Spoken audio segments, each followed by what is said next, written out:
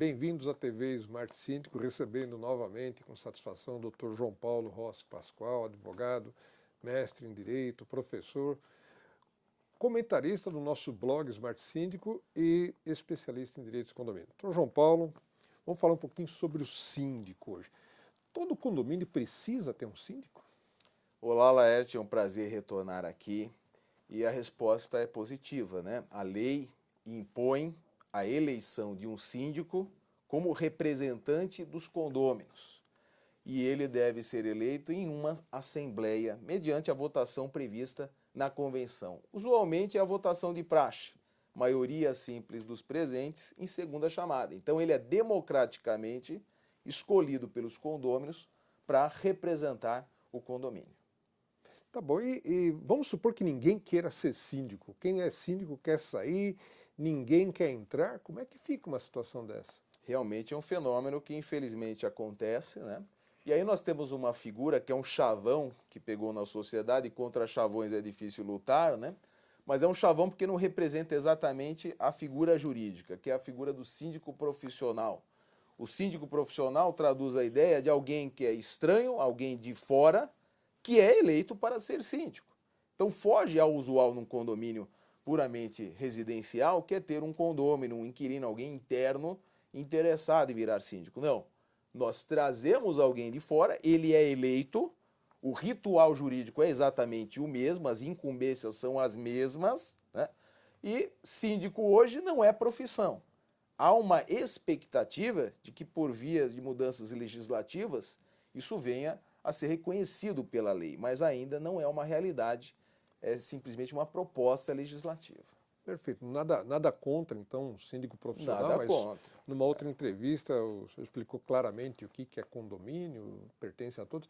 O desejável seria que um proprietário, que um condômino fosse síndico. Afinal de contas, aquilo é uma propriedade dele também, né, de todos. Exatamente, né? No caso do condomínio residencial, o interesse dos condôminos é manter a sua propriedade servindo a finalidade que é ter sua habitação, ter paz, ter sossego, ter uma vida com uma boa qualidade, né? E principalmente manter ela valorizada.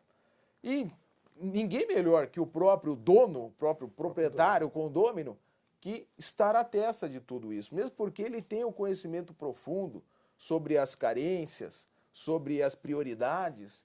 No mundo ideal, alguém deveria se interessar por representar todos os demais. E, em linhas gerais, assim, o que faz um síndico? Quais são as principais atribuições, obrigações mesmo dele? Isso consta de uma relação longa da lei, né? Eu me refiro ao artigo 1348 do Código Civil. Então o síndico ele representa o condomínio em todas as iniciativas judiciais ou extrajudiciais. Ele é a cara do condomínio, ele assina pelo condomínio, então ele contrata funcionários, é o síndico que vai assinar a carteira de trabalho, ele vai cobrar os condôminos das contribuições necessárias à manutenção do condomínio, ele tem que aprovar um orçamento, ele tem que prestar contas e por aí vai. Ele tem que contratar um seguro obrigatório, né, para cobrir a destruição total ou parcial, o incêndio da edificação. Então, na própria lei, nesse artigo 1348, nós vamos encontrar o principal do que um síndico deve fazer. Mas a coisa não para aí, porque como nós temos a convenção, temos que casar a generalidade das atribuições fixadas na lei com as minúcias dadas na própria convenção de condomínio. E aí cada um tem a sua. Perfeito. Bom, a lei dá bastante atribuições ao síndico, atribuições muito severas, inclusive, mas ele não está necessariamente sozinho, né? Tem a figura do corpo diretivo, tem outras pessoas que são eleitas para ajudar o síndico no seu trabalho? É isso mesmo, Laerte. Ainda que a lei não faça referência a esse termo corpo diretivo, é um termo que nós utilizamos no dia a dia, né? Que vem a ser aquela tríade: síndico, subsíndico, que é o reserva do síndico, que está ali numa contingência para suprir a falta do síndico e que na prática acaba colaborando com o síndico numa série de medidas, e o conselho geralmente fiscal, conselho que tem por missão principal fiscalizar a atuação do síndico em nome dos demais condôminos, mas ao mesmo tempo um conselho que é parceiro do síndico naquelas questões polêmicas, urgentes, emergenciais, né? Então esse é o formato da maior parte dos condomínios. E ao lado do corpo diretivo, não raro, nós encontramos também figuras outras, como aplicativos que auxiliam na administração, como é o caso do Smart Síndico, né? Ou empresas administradoras, ou administradores autônomos, ou contadores. Então nós temos um staff que rodeia o síndico e que dessa união se consegue a melhor administração para a massa condominial.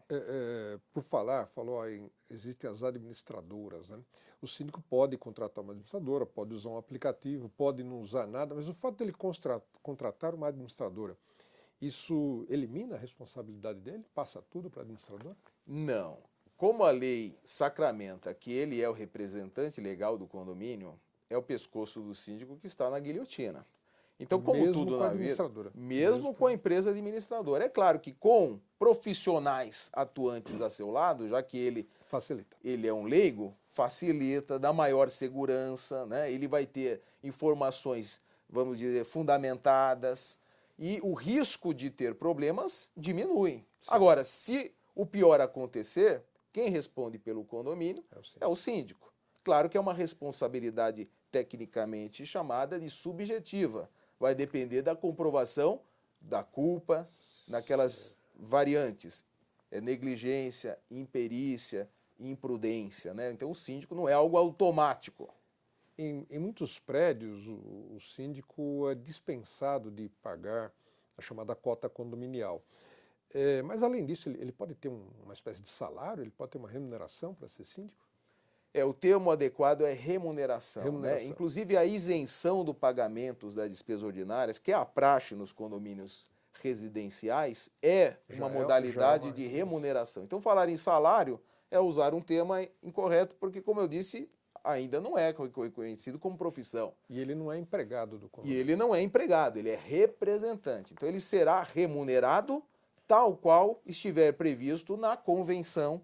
E, usualmente, as convenções estabelecem que a remuneração fica fechada em torno da isenção do pagamento das despesas ordinárias. Então, muito cuidado ao estabelecer valores diferenciados se não estiverem em harmonia com a convenção. Se a convenção tiver um texto mais tolerante, mais livre, atribuir à Assembleia que o eleger a escolha dessa definição de remuneração, aí sim pode ser um valor outro, né? Mas muita atenção quanto ao que consta da convenção.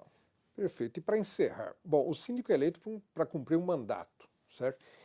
E se ele não estiver trabalhando bem, estiver fazendo muita besteira, estiver desagradando a todo mundo, é possível dar um impeachment no síndico, destituir o síndico? Sem dúvida, né? Comprovando a assertiva que eu disse que o condomínio é uma entidade de funcionamento democrático, ele é eleito para um período no máximo de 2 anos, mas como problemas podem surgir, a lei também estabelece no artigo 1349, né, do Código Civil, o trâmite para destituição do síndico. Então o tema preciso, assim falado pela lei, é destituição do síndico, que ocorrerá da seguinte forma: 1/4 dos condôminos em dia com condomínio devem convocar uma assembleia. Eles vão estabelecer a pauta, o dia, o horário, devem colocar na ordem do dia claramente que a proposta é de destituição, porque se eles utilizarem de eufemismo, isso pode servir de argumento para a derrubada dessa assembleia. E lá no dia da assembleia regularmente convocada, o que é preciso ter? 2 coisas: uma votação de 50% mais um dos presentes naquele dia, favoravelmente à destituição, e ele deve ser enunciado um fundamento. Deve haver uma justificativa que suscita aquela destituição. O Código Civil dá 3 possibilidades: falta de prestação de contas, má gestão, prática de irregularidades. Esses 2 últimos itens são um verdadeiro universo, né? Então, mas a dica que eu dou prática é que se tenha muito cuidado, não se pode inventar fundamentos onde eles não existem, porque do contrário o síndico injustamente destituído conseguirá anular essa assembleia no judiciário. Só um adendo: nessa assembleia o síndico, em vias de ser destituído, ele participa, ele tem o direito de se defender? Sem dúvida, ele, como todos os condôminos, deve ser convocado para o ato.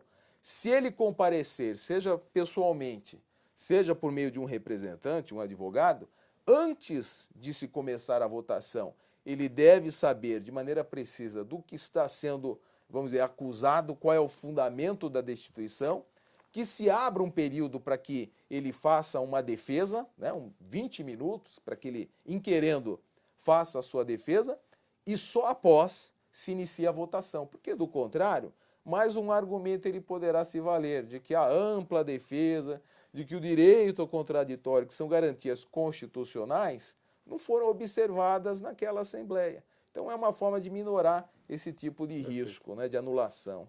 Tá certo. Muito obrigado pela participação. Eu que agradeço, Laerte.